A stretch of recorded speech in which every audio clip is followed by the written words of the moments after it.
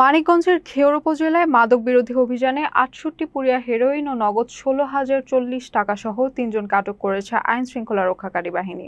এ ঘটনায় আরও একজনকে পলাতক আসামি হিসেবে উল্লেখ করা হয়েছে। আটককৃতরা হলেন গোলাপনগর এলাকার মমতাজ বেগম, তার ছেলে রাহিম মিয়া মানিক এবং স্বামী শামসুল আলম ওরফে খোকন। অভিযানে মমতাজ বেগমের কাছ থেকে ৩৮ পুড়িয়া হেরোইন ও নগদ অর্থ, রাহিম মিয়া মানিকের কাছ থেকে ১৮ পুড়িয়া এবং শামসুল আলমের কাছ থেকে ১২ পুড়িয়া হেরোইন উদ্ধার করা হয়। মামলার অপর আসামি রতন শিকদার বর্তমানে পলাতক রয়েছে।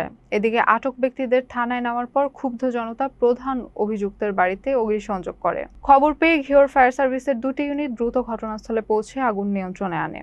ঘিওর ফায়ার সার্ভিসের টিম লিডার মোহাম্মদ শাহিনুর আলম জানান, প্রায় ৩০ মিনিটের চেষ্টায় আগুন নিয়ন্ত্রণে আনা হয়েছে। ঘিওর থানার অফিসার ইনচার্জ মীর মাহবুবুর রহমান বলেন, গ্রেপ্তারকৃতদের বিরুদ্ধে মাদকদ্রব্য নিয়ন্ত্রণ আইনে মামলা দায়ের করে আদালতে পাঠানোর প্রক্রিয়া চলছে এবং পলাতক আসামিকে গ্রেপ্তারের অভিযান অব্যাহত রয়েছে। মাদকের বিরুদ্ধে আসলে বর্তমান সময়ে মাদকটা হচ্ছে আমাদের একটা ন্যাশনাল প্রবলেম। আমরা এটার উপরে কাজ করতেছি। আমাদের ঊর্ধ্বতন কর্তৃপক্ষ যারা রয়েছেন, আইজি স্যার থেকে শুরু করে ডিআইজি স্যার, আমাদের এসপি স্যার, সবারই নির্দেশনা যে মাদকটার বিরুদ্ধে আমাদের খুব একটা ইফেক্টিভ রেজাল্ট যেন থাকে। তো ওই প্রক্রিয়ায় আমরা আজকে সকালবেলা গোপন সংবাদের ভিত্তিতে অভিযান চালিয়ে আমরা গোলাপনগর যে সদর ইউনিয়নের গোলাপনগরের অভিযান চালিয়ে আপনারা জানেন সবাই যে এখানে একজন মাদক সম্রাজ্ঞী রয়েছেন মমতাজ বেগম ওরফে মুমু, তার বাড়িতে আমরা অভিযান চালাই এবং আমাদের সফল অভিযানে তার পরিবার থেকে টোটাল ৩ জনকে আমরা গ্রেপ্তার করেছি এবং রতন শিকদার সে পলাতক রয়েছে, আর বাকি ৩ জনকে আমরা গ্রেপ্তার করেছি। মোট ৬৮ পুড়িয়া হেরোইন এবং তাদের হেরোইন বিক্রয় লব্ধ ১৬,৫৪০ টাকা আমরা জব্দ করেছি। ১২টা ১০ আসছেন, এখন কত বাজে? এখন 12:40 মোটামুটি আপনারা ৩০ মিনিট কাজ করেছেন এখানে। Plus 35 minute. তো এখানে আসলে এসে কি জানতে পারলেন? আমরা এখানে একটা জানতে পারছি যে এটা জনগণ কর্তৃক মাদক শিবির বাড়ি আর কি। তো এই স্থানীয় জনগণ কর্তৃক এটা লাগাই দিচ্ছে এখন এরকম। স্থানীয় জনগণ লাগিয়ে দিয়ে। তো ওনারা এখন কোথায় আছেন এই মাদক ব্যবসায়ীরা? বলতে পারবো না, সেটা আপনার এরকমই পাই। আপনারা যা দেখতেছেন আমরা ওইটাই পাই। কি নাম আপনার? Leader Shahinur Alam, leader Ghior. আপনার কোন কোন ইউনিট কাজ করছেন?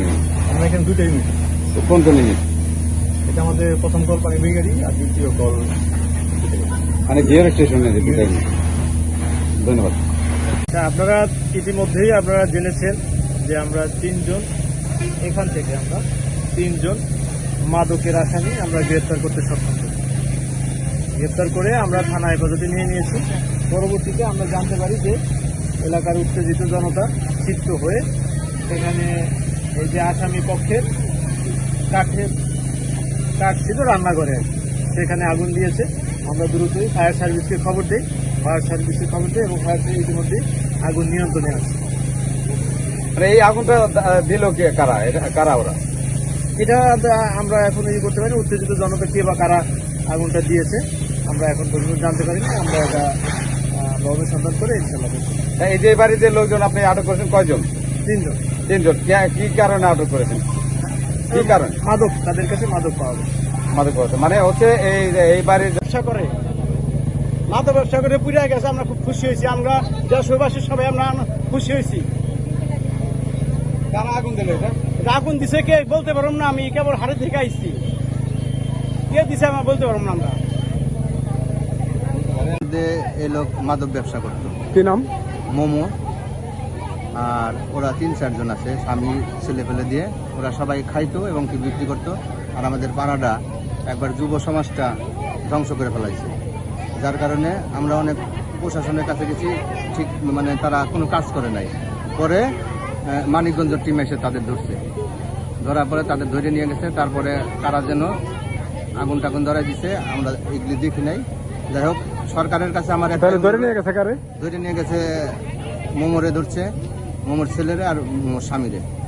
তো আমার একটা কথা সরকারের কাছে, এই মাদক যেন দেশে না থাকে আর আমার ঘিওর বাজারে না থাকে, এটাই হলো অনুরোধ।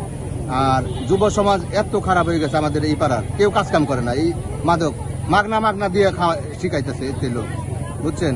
তো সরকারের কাছে আমার আমি হিন্দু লোক, আমার একটা আবেদন, আপনি খুব ভালো কথা, তারেক জিয়া খুব ভালো কথা বলে আমি ভালো লাগে। আমার খুব ভালো লাগে। যাই হোক, ওনার কাছে আমার অনুরোধ যাতে বাংলাদেশে কোথাও যুব সমাজ জানি ধ্বংস না হয়, এই পর্যন্ত আমার কথা।